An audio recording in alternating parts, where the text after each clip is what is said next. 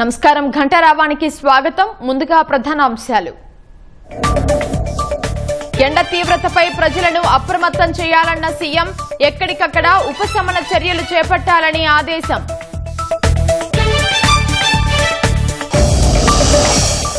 పర్యావరణ పరిరక్షణకు హరిత సమరం, 2.5 కోట్ల విత్తన బంతుల తయారీకి పవన్ నిర్ణయం.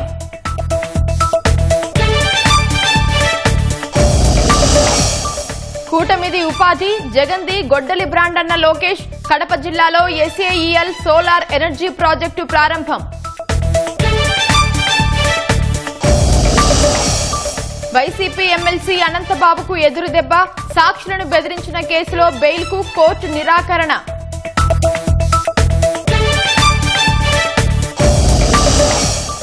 ఏపీలో 4 సహా 26 రాజ్యసభ స్థానాలకు ఈసీ నోటిఫికేషన్. ముగియనున్న 3 వైసీపీ, 1 టీడీపీ సభ్యుడి పదవీకాలం. పాక్ బంగ్లాతో సరిహద్దు భద్రత మరింత కట్టుదిట్టం. స్మార్ట్ బోర్డర్ ప్రాజెక్టుకు కేంద్రం శ్రీకారం.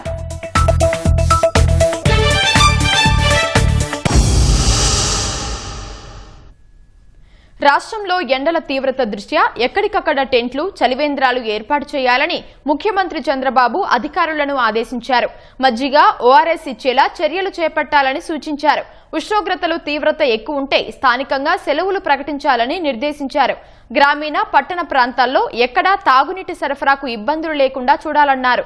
ఎండల తీవ్రత, ప్రజలు తీసుకోవాల్సిన జాగ్రత్తలపై అవగాహన కల్పించాలని కలెక్టర్లకు ఆదేశాలిచ్చారు.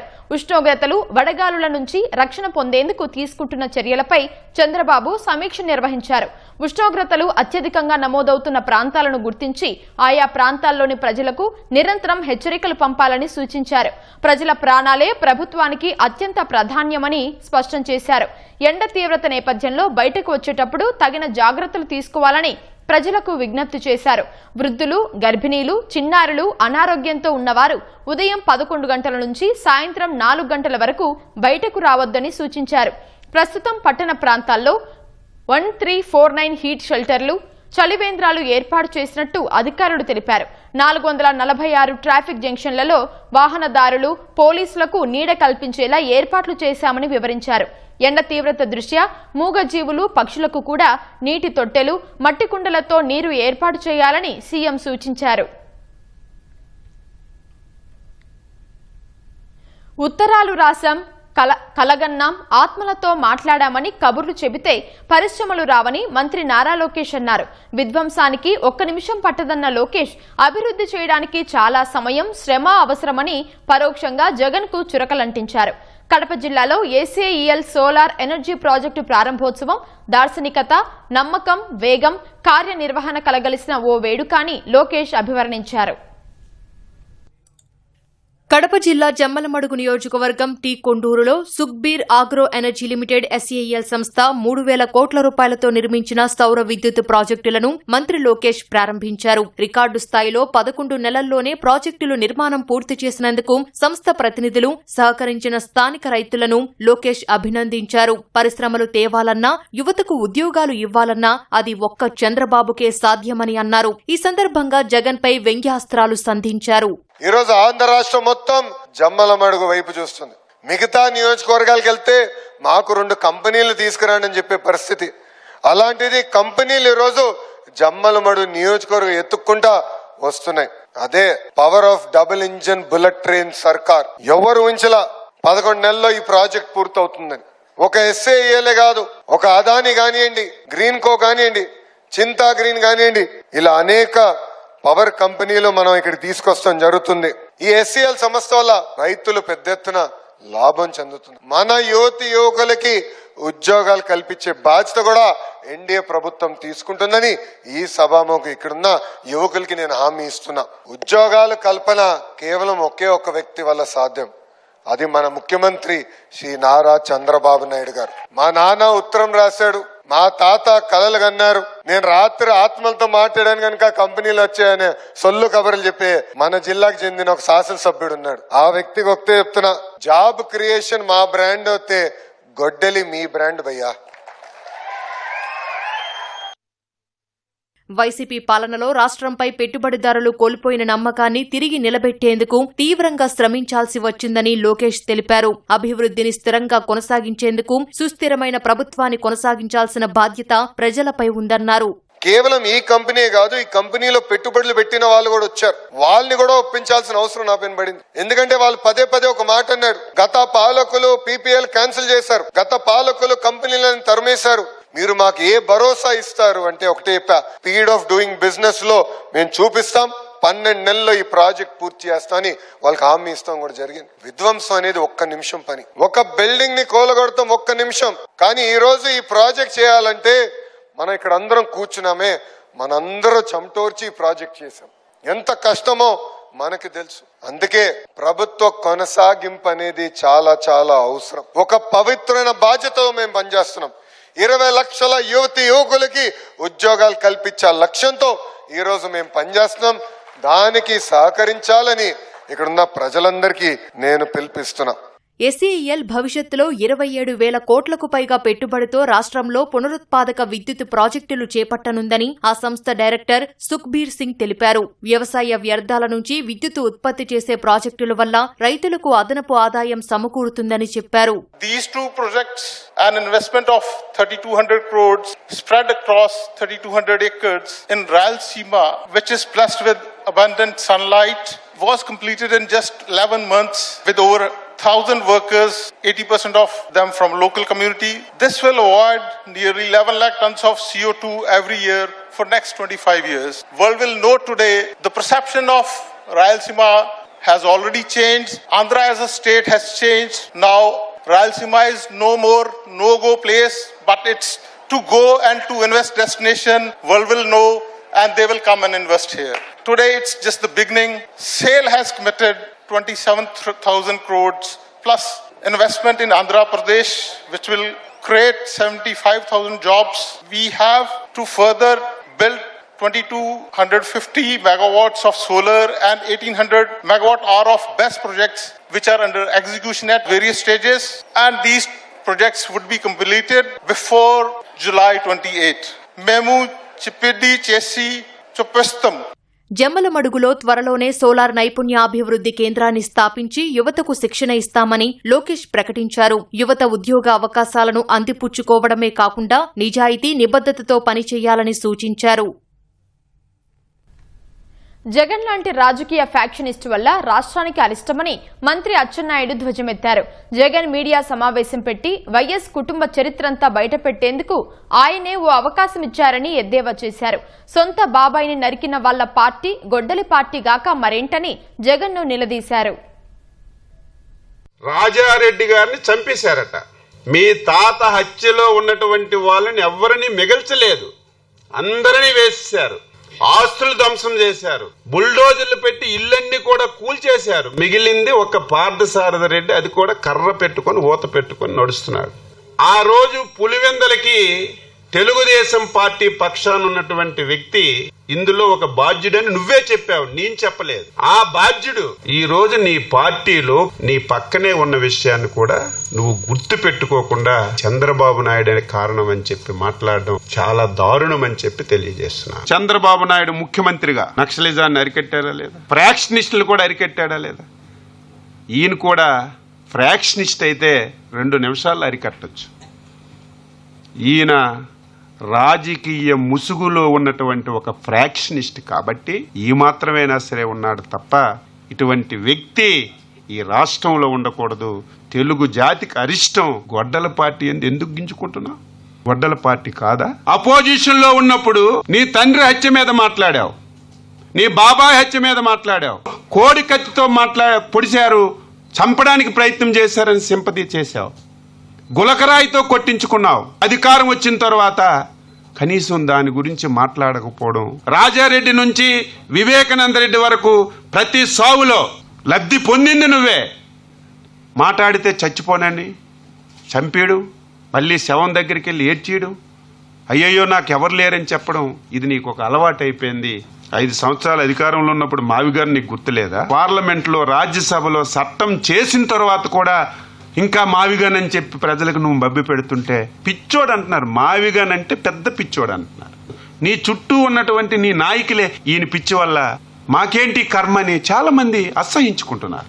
ఒక అపరిచితుడు ఏ విధంగా ఏ నిమిషంగా వ్యవహరిస్తాడో ది బెస్ట్ ఎగ్జాంపుల్ ఆయన. కాబట్టి ఎప్పుడైనా ఒకసారి సమాజంలో ఇలాంటి వ్యక్తులు పుడతారని చెప్పి సినిమా తీసినటువంటి శంకర్ గారికి ఈ సందర్భంగా నేను అభినందిస్తున్నాను.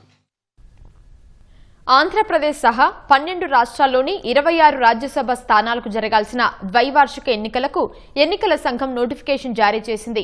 ఈ ఎన్నికల కోసం జూన్ 1న నోటిఫికేషన్ వెలువడనుండగా జూన్ 18న అవసరమైతే పోలింగ్ నిర్వహించనున్నారు. జూన్ 8లోగా నామినేషన్లు వేయొచ్చన్న ఈసీ 11 వరకు నామినేషన్ల ఉపసంహరణకు గడువు ఇచ్చింది. జూన్ 21 నుంచి జూలై 19 మధ్య వివిధ తేదీల్లో 26 మంది రాజ్యసభ సభ్యుల పదవీకాలం ముగియనుందని ఈసీ తెలిపింది. ఇందులో ఆంధ్రప్రదేశ్ నుంచి అయోధ్య రామిరెడ్డి, పరిమల్ నత్వాని, పిల్లి సుభాష్ చంద్రబోస్, సానా సతీష్ పదవీ కాలం జూన్ 26న ముగియనుంది. ఏఐసీసీ అధ్యక్షుడు మల్లికార్జున ఖర్గే, కేంద్ర మంత్రులు రవ్వీత్ సింగ్, జార్జ్ కురియన్, మధ్యప్రదేశ్ మాజీ సీఎం దిగ్విజయ్ సింగ్ తదితరుల పదవీ కాలం ఈ కాలంలోనే ముగియనుంది. ఈసారి ఎన్నికలు జరిగే రాష్ట్రాల్లో గుజరాత్, కర్ణాటకలో 4 మధ్యప్రదేశ్, రాజస్థాన్లో 3, జార్ఖండ్లో 2, మణిపూర్, మేఘాలయ, అరుణాచల్ ప్రదేశ్, మిజోరాం, మహారాష్ట్ర, తమిళనాడులో ఒక్కో రాజ్యసభ సీటుకు ఎన్నికలు నిర్వహించనున్నారు. రాష్ట్రంలో పచ్చదనం పెంపు కోసం 2.5 కోట్ల సీడ్ బాల్స్ పంపిణీ చేయాలని ఉప ముఖ్యమంత్రి పవన్ కళ్యాణ్ అధికారులను ఆదేశించారు. భవిష్యత్తు తరాలకు స్వచ్ఛమైన వాతావరణం, పర్యావరణ సమతుల్యత అందించడమే కార్యక్రమం ఉద్దేశమని చెప్పారు. సీడ్ బాల్స్ పంపిణీని ప్రజా ఉద్యమంగా మార్చేందుకు ప్రజా ప్రతినిధులు, పొదుపు సంఘాల మహిళలు, ప్రభుత్వ ఉద్యోగులు, సిబ్బంది, విద్యార్థులు, పర్యావరణ వాలంటీర్లను భాగస్వాములను చేయాలన్నారు. జూలై, ఆగస్టు నెలల్లో రాష్ట్ర వ్యాప్తంగా విత్తన బంతులను విస్తారంగా చల్లడానికి ప్రణాళికలు సిద్ధం చేయాలని అధికారులకు సూచించారు. నేరుగా చల్లడం వీలుకాని కొండ ప్రాంతాల్లో డ్రోన్లు వినియోగించాలని నిర్దేశించారు. మనం చల్లే ప్రతి విత్తన బంతి భవిష్యత్తుకు ఇచ్చే నమ్మకమైన హామీ అన్నారు. ఫేక్ పాస్టర్ అభినయ్ దర్శన్ వ్యవహారంలో కుట్ర కోణాన్ని వెలికి తీసే పనిలో ఉన్నామని హోంమంత్రి అనిత తెలిపారు. దురుద్దేశం లేకపోతే కడప నుంచి పాడేరు ప్రాంతానికి వచ్చి గొడవ చేయాల్సిన అవసరమేంటని ప్రశ్నించారు. పోలీసుల విచారణలో అన్ని విషయాలు త్వరలో బయటకి వస్తాయన్నారు. అతని ఇంటెన్షన్ ఏంటి? కడప నుంచి ఇక్కడికి వచ్చాడు. అతను పాస్టరే కానే కాదు. అటువంటి పాస్టర్ కాని వ్యక్తి అక్కడ కన్వర్షన్స్ ని కొంచెం ఎంకరేజ్ చేయడానికి అమాయకమైన గిరిజనుల దగ్గరికి వచ్చి అతని అక్కడ చేయడమే కాకుండా అతని మీద దాడి జరగకుండానే దాడి జరిగింది అని అతనే క్రియేట్ చేసుకోవటం, ఇవన్నీ కూడా పోలీసులు నిజంగా నేను ఎస్పీ మా అల్లూరి సీతారామరాజు ఎస్పీ గారిని ప్రత్యేకంగా అభినందిస్తున్నా. ఎందుకంటే ఇది ఎంతవరకు దారి తీయడానికి కూడా చాలా మంది ప్రయత్నం చేశారు. ఏదో అంటారు కదా, ఏదో ఇన్సిడెంట్ జరిగిన వెంటనే వచ్చి కూర్చుంటారు, దాన్ని సాల్వ్ చేయడానికి కూర్చోరు, కానీ దాని మీద ఏదో ఒక ఎలిగేషన్ చేయడానికి చూస్తారు. దాన్ని కమ్యూనల్ వైలెన్స్గా కూడా తీసుకురావడానికి చాలా మంది ప్రయత్నాలు చేశారు. ఒకటి మాత్రం నిజం, దీని వెనకాతలు ఎవరున్నారన్నది మాత్రం అతి త్వరలో మాకు తెలుస్తుంది. వాళ్ళు మాత్రం వదిలిపెట్టారు. కుట్రకోణం మేము అలాగే మేము పెట్టి ఇప్పుడు కుట్రకోణం ఉంది కాబట్టే కదా, లేకపోతే అతని మీద దాడి చేయించుకొని వీడియోలు తీసుకొని ఇంకా మనిషిని అక్కడ నుంచి తీసుకొచ్చి హాస్పిటల్లో జాయిన్ చేయలేదు. ఇమీడియట్గా అన్ని గ్రూప్స్కి సెపరేట్గా చేసుకొని అతనుకున్న ఫైనాన్షియల్ ట్రాన్సాక్షన్స్ ఎలా జరుగుతున్నాయి, అతను ఎందుకు ఏ బేస్ మీద చేశారు, అతని వెనకాతలు ఎవరైనా చేయించారా, దీనికి రాజకీయ కోణం ఏమైనా ఉందా, కుట్ర కోణం ఏమైనా ఉందా, అన్ని విషయాలు కూడా అతి త్వరలో బయటపడతాయి. వైసీపీ ఎమ్మెల్సీ అనంతబాబుకు రాజమహేంద్రవరం ప్రత్యేక కోర్టులో మరో ఎదురుదెబ్బ తగిలింది.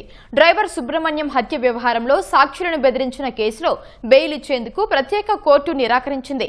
రెగ్యులర్ బెయిల్ ఇవ్వాలన్న అనంతబాబు పిటిషన్ను న్యాయస్థానం కొట్టేసింది. హత్య కేసు విచారణ కీలక దశలో ఉన్నందున బెయిల్ ఇవ్వవద్దన్న ప్రభుత్వ న్యాయవాది వాదనతో కోర్టు ఏకీభవించింది. సుబ్రహ్మణ్యం హత్య కేసులో ఇప్పటికే అనంతబాబు బెయిల్ను ప్రత్యేక కోర్టు రద్దు చేయగా ప్రస్తుతం రాజమండ్రి సెంట్రల్ జైలులో రిమాండ్ ఖైదీగా ఉన్నారు. సాక్షులను బెదిరించిన కేసులోనూ బెయిల్ రద్దు అయినందున డ్రైవర్ హత్య కేసు విచారణ పూర్తయ్యే వరకు కారాగారంలోనే ఉండాల్సిన పరిస్థితి నెలకొంది. అదే సమయంలో సుబ్రహ్మణ్యం హత్య కేసులో 3వ రోజు మణికంఠ, శివదుర్గా ప్రసాద్ అనే 2 సాక్షుల వాంగ్మూలాలను న్యాయమూర్తి రికార్డు చేశారు. కృష్ణా జిల్లా గుడివాడలోని శ్రీ కళ్యాణ వెంకటేశ్వర స్వామి వారి ఆలయంలో మాయమైన కిరీటం ఎట్టకేలకు బయటకొచ్చింది. తాకట్టు నుంచి స్వర్ణ కిరీటాన్ని దేవస్థాన ట్రస్ట్ సభ్యులు విడిపించారు. ఆర్యవైశ్య కళ్యాణ మందిర ప్రాంగణంలో మీడియా ముందు కిరీటాన్ని ప్రదర్శించారు. రేపు కిరీటానికి సంప్రోక్షణ చేసి స్వామివారికి అలంకరిస్తామని ప్రకటించారు. కిరీటం తాకట్టు పెట్టలేదంటూ తొలుత కమిటీ సభ్యులు బుకాయించారు.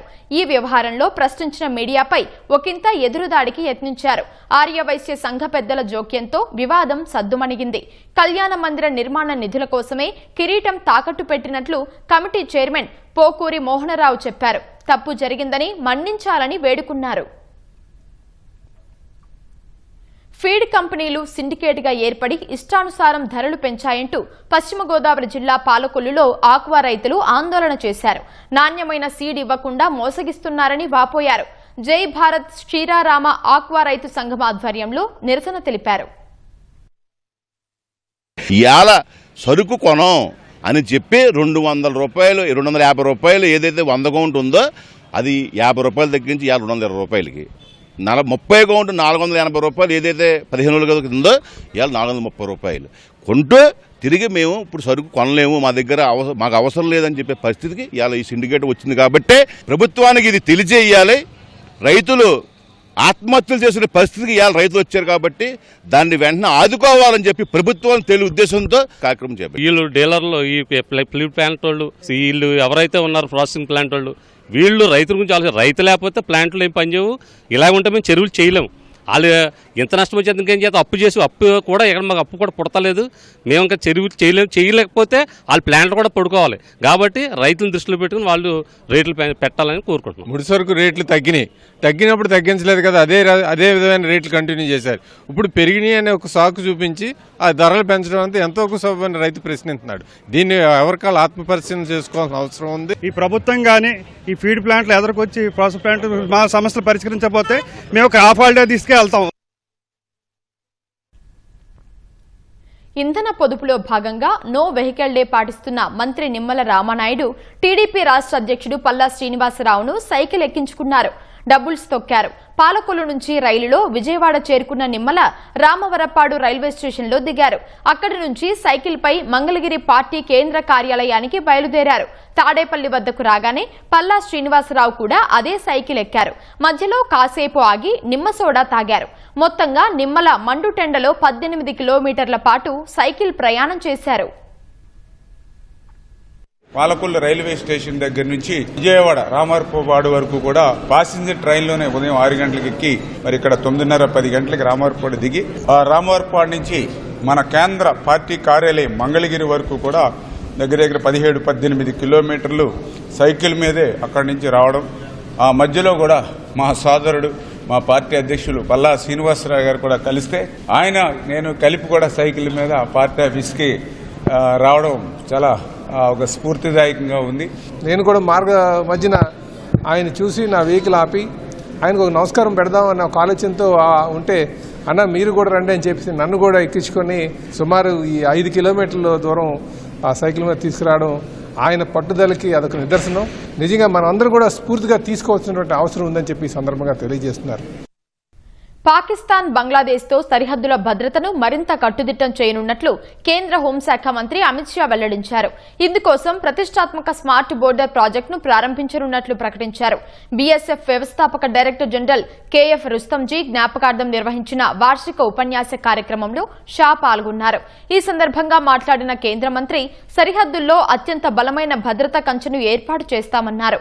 ఆధునిక సాంకేతికత, డ్రోన్లు, రాడార్లు, స్మార్ట్ కెమెరాల సహాయంతో సరిహద్దులను శత్రువులు చొరబడటానికి వీల్లేని విధంగా మారుస్తామన్నారు. సరిహద్దు ప్రాంతాల్లో జనాభా సమతుల్యతను కృత్రిమంగా మార్చాలనే కుట్రలను ఈ ప్రాజెక్టు ద్వారా తిప్పికొడతామని కేంద్ర మంత్రి స్పష్టం చేశారు. मैं सीमा सुरक्षा बल के जवानों को भरोसा दिलाना चाहता हूं कि ये 60वें साल में ही हम स्मार्ट बॉर्डर प्रोजेक्ट को लॉन्च कर बांग्लादेश और पाकिस्तान की पूरी सीमा को हम अभेद करेंगे और इससे आपके काम में आपको बहुत बड़ी तकनीकी सहायता उपलब्ध हो जाएगी. भारत सरकार ने ये तय किया है कि हम न केवल घुसपैठ को रोकेंगे, एक एक घुसपैठिए को चुन चुन कर देश के बाहर निकालेंगे और हमारी जनसांख्यिकी में अकृत्रिम बदलाव नहीं होने। భారత్ సైప్రస్ సంబంధాలలో సరికొత్త అధ్యాయం ప్రారంభమైంది. ఇరు దేశాలు తమ ద్వైపాక్షిక సంబంధాలను వ్యూహాత్మక భాగస్వామ్యం స్థాయికి పెంపొందించుకున్నాయి. 3 రోజుల పర్యటన నిమిత్తం భారత్కు విచ్చేసిన సైప్రస్ అధ్యక్షుడు నికోస్ క్రిస్టోడౌలిడెస్తో ప్రధానమంత్రి నరేంద్ర మోదీ ఢిల్లీలో విస్తృత స్థాయి చర్చలు జరిపారు. దశాబ్ద కాలంలో సైప్రస్ నుంచి భారతదేశానికి వచ్చే పెట్టుబడులు దాదాపు రెట్టింపు అయ్యాయని మోదీ తెలిపారు. భారత్ ఐరోపా సమాఖ్య స్వేచ్ఛా వాణిజ్య ఒప్పందం వల్ల మరిన్ని కొత్త అవకాశాలు వచ్చాయన్నారు. మౌలిక సదుపాయాలు, షిప్పింగ్ రంగాల్లో లోతైన సహకారం కోసం ఉమ్మడి టాస్క్ ఫోర్స్ ఏర్పాటు చేయాలని ఇరు దేశాల అధినేతలు నిర్ణయించారు. సముద్ర భద్రత, ఉగ్రవాద నిర్మూలన అంశాల్లో పరస్పర సహకారాన్ని మరింత విస్తరించాలని నిర్ణయించారు. అంతర్జాతీయ వేదికలపై ఎదురవుతున్న సవాళ్లను సమర్థవంతంగా ఎదుర్కొనేందుకు ప్రపంచ సంస్థలతో తక్షణ సంస్కరణలు చేపట్టాల్సిన అవసరం ఉందని ఇరు దేశాలు ఏకాభిప్రాయం వ్యక్తం చేశాయి. ఉక్రెయిన్ అయినా, పశ్చిమాసియా అయినా ఆయా ప్రాంతాల్లో ఘర్షణలు వీలైనంత త్వరగా ముగిసి శాంతి స్థాపన జరిగేందుకు సాగే అన్ని ప్రయత్నాలకు భారత్ ఎల్లప్పుడూ మద్దతు ఇస్తుందని ప్రధాని మోదీ స్పష్టం చేశారు.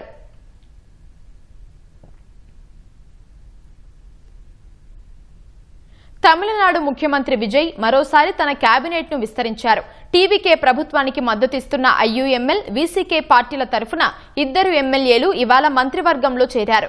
చెన్నైలోని లోక్ భవన్ లో ఐయుఎంఎల్ కు చెందిన షాజహాన్, వీసీకేకు చెందిన వన్నీ అరసు మంత్రులుగా ప్రమాణం చేశారు. తమిళనాడు గవర్నర్ రాజేంద్ర అర్లేకర్ వారితో ప్రమాణం చేయించారు. తాజా విస్తరణతో విజయ్ కేబినెట్లో మంత్రుల సంఖ్య 34కు పెరిగింది. గురువారం టీవీకేకు చెందిన 21 మంది ఎమ్మెల్యేలు, కాంగ్రెస్ నుంచి 2 ఎమ్మెల్యేలు రాజేష్ కుమార్, పి విశ్వనాథన్ మంత్రులుగా ప్రమాణం చేశారు.